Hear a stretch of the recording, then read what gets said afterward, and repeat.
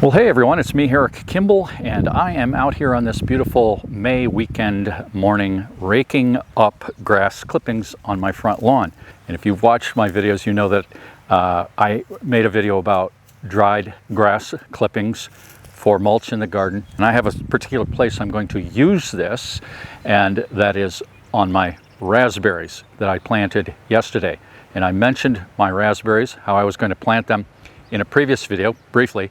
And I just want to show you what I've done. But first, I want to tell you a little story that always comes into my brain, actually two stories, that comes into my brain whenever I'm raking grass.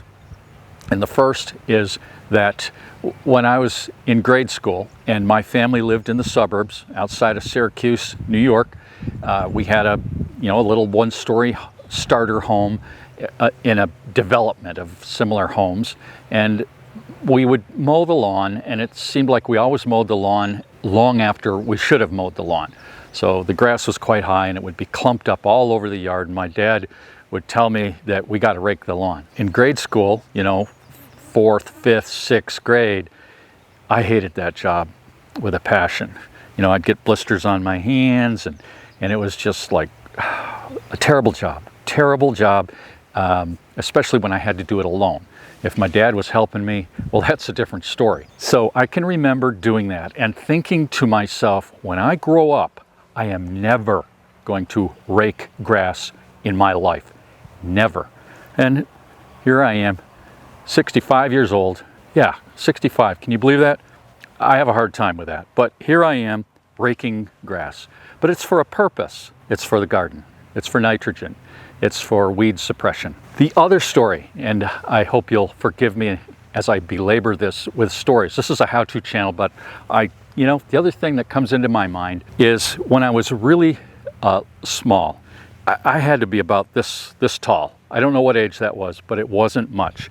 I was visiting my grandparents, my Kimball grandparents, up in Fort Fairfield, Maine, and my grandparents, someone had mowed the lawn, and there was a little grass laying on the surface. And I saw in the shed that there was this thing you pushed. And I found a picture on Google, and I'm going to post it right here now. This is what it looked like. This is what I remember. This was in the shed, and I asked my grandmother, can I push that on the lawn? And she said, yeah, sure. Something to keep her active little grandson occupied. So I got that out.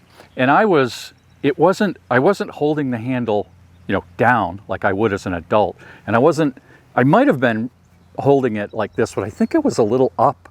And it was hard to, my hands, to reach up to the handle. And it was hard to push, but I pushed that thing a lot. And my grandmother called me in to eat.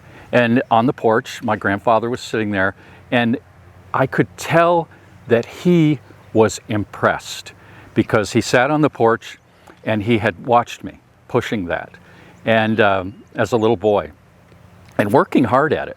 And I remember him telling my grandmother, pay him, find some money and pay him for that. He was that impressed. And I don't have a lot of memories about my grandfather Kimball because he died when I was quite young, but I remember that.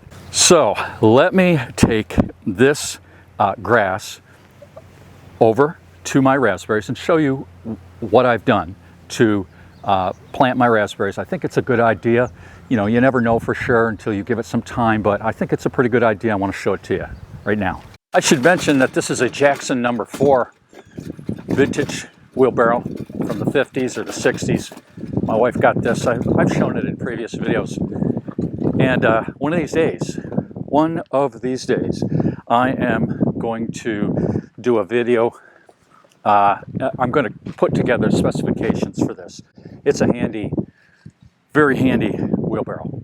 Now, if you know about my Planet Whiz Bang business and my history, you know that I've come up with plans for a garden cart, the U-shaped handle garden cart. You can operate it with one hand. You can't do that with one of these. You got to have a hand on each handle. But these have their place, and this is an endearing little wheelbarrow.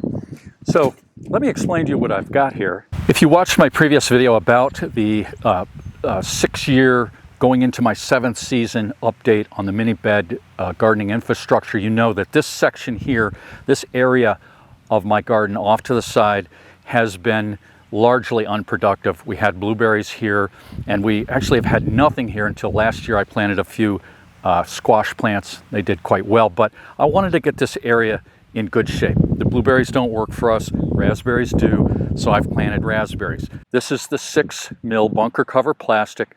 It's lasted for 6 years with no real issues over here in the mini bed garden, so I'm putting it here, and I've got it secured around the edges with the landscape fabric pins, little U-shaped pins, 6 inches long, spaced all along there.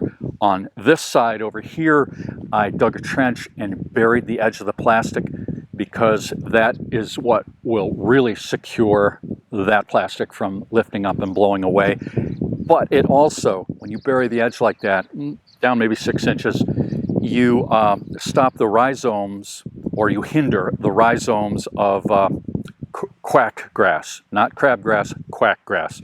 And those rhizomes are all around my garden.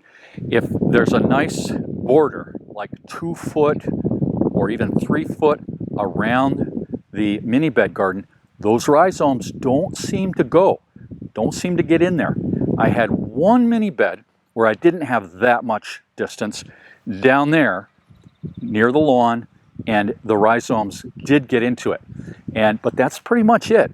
And I've come to the conclusion, if I ever make another mini bed garden, which why would I? I've got one right here that's working fine for me. But if I were to do it again, and this is something to keep in mind if you're going to make a mini bed garden, and you've got quackgrass. Quackgrass is a problem. Give yourself at least 2 foot, maybe 3 foot, all the way around the perimeter of the garden to keep that quack grass from encroaching into your garden. I think that distance will work, and if you bury the edges, all the better. Okay, that's a little extra information here. What I want you to know is that I planted my raspberries over here. I was going to put them in mini beds, but these are a different kind of raspberry. They aren't the like the bush. They'll grow into like a bush, but they're a different raspberry. These over here that I've shown before, I think they're in the picture for you to some degree, are the summer-bearing raspberries. So the canes grow up 1 year, they don't bear anything, but the following year they do. Prune those, plant those in bushes, right over there, bush style. Here, these are fall-bearing, and they grow up through the summer, and you get a crop in the fall. And then you don't prune them like you do these summer bearings. You just cut them right down to the ground every fall, and or winter or following spring early. So that's easy, right? Anyone can prune if all you got to do is cut it to the ground. So anyway, instead of planting in individual mini beds or bushes with stakes around it, I decided to lay them out with these T-posts.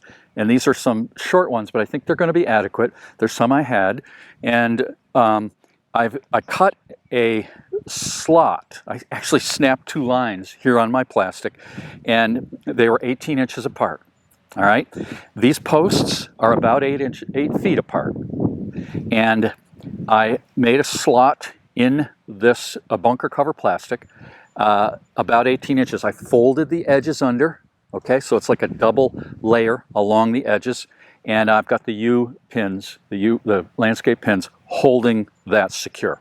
So what is going to happen here ideally, what I envision, is that these raspberries that I've planted, I got these from Norse Farms, and I got 10 little starts, 2 different varieties.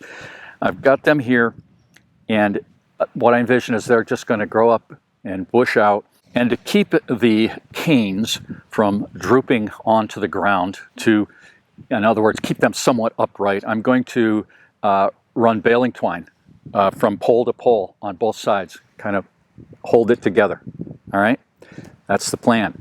And that 18-inch wide strip will allow all kinds of shoots to develop and grow in that space. Won't get any here beyond the plastic. If they get past the plastic out onto the lawn, I'll just mow them off.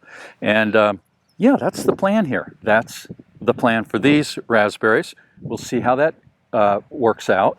I think it will work out well. So the plan here between the mini bed garden and these is to get another row of mini beds in here. But I'm not going to put wood frames in there this year. I don't want to spend the money for the wood. I'm kind of salvaging wood, looking for cull lumber and things like that for my frames. And I don't have enough to make these. I don't even think I have time to make them.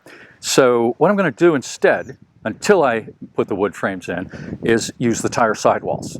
And this is kind of what I started with the mini bed gardening. If you have purchased the mini bed trilogy, the gardening report, it talks about the history of the idea, and it started with tire sidewalls over plastic. So what I'll do is each of these spots that I have, which are laid out for the wood frame mini beds, I'll put a tire sidewall. I'll cut the circle out of the tire sidewall, and I will plant something in them. And I intend to plant squashes again through here. Nice big row of squashes, winter squashes, and they should do well, and they should really fill this area up. I kind of did that last year. Hopefully they don't interfere with my raspberries. So hey, what do you think? You think that'll work? I hope it'll work. I'm pretty sure it'll work, and I'm very glad that you've watched my video here. I hope you'll subscribe if you haven't already.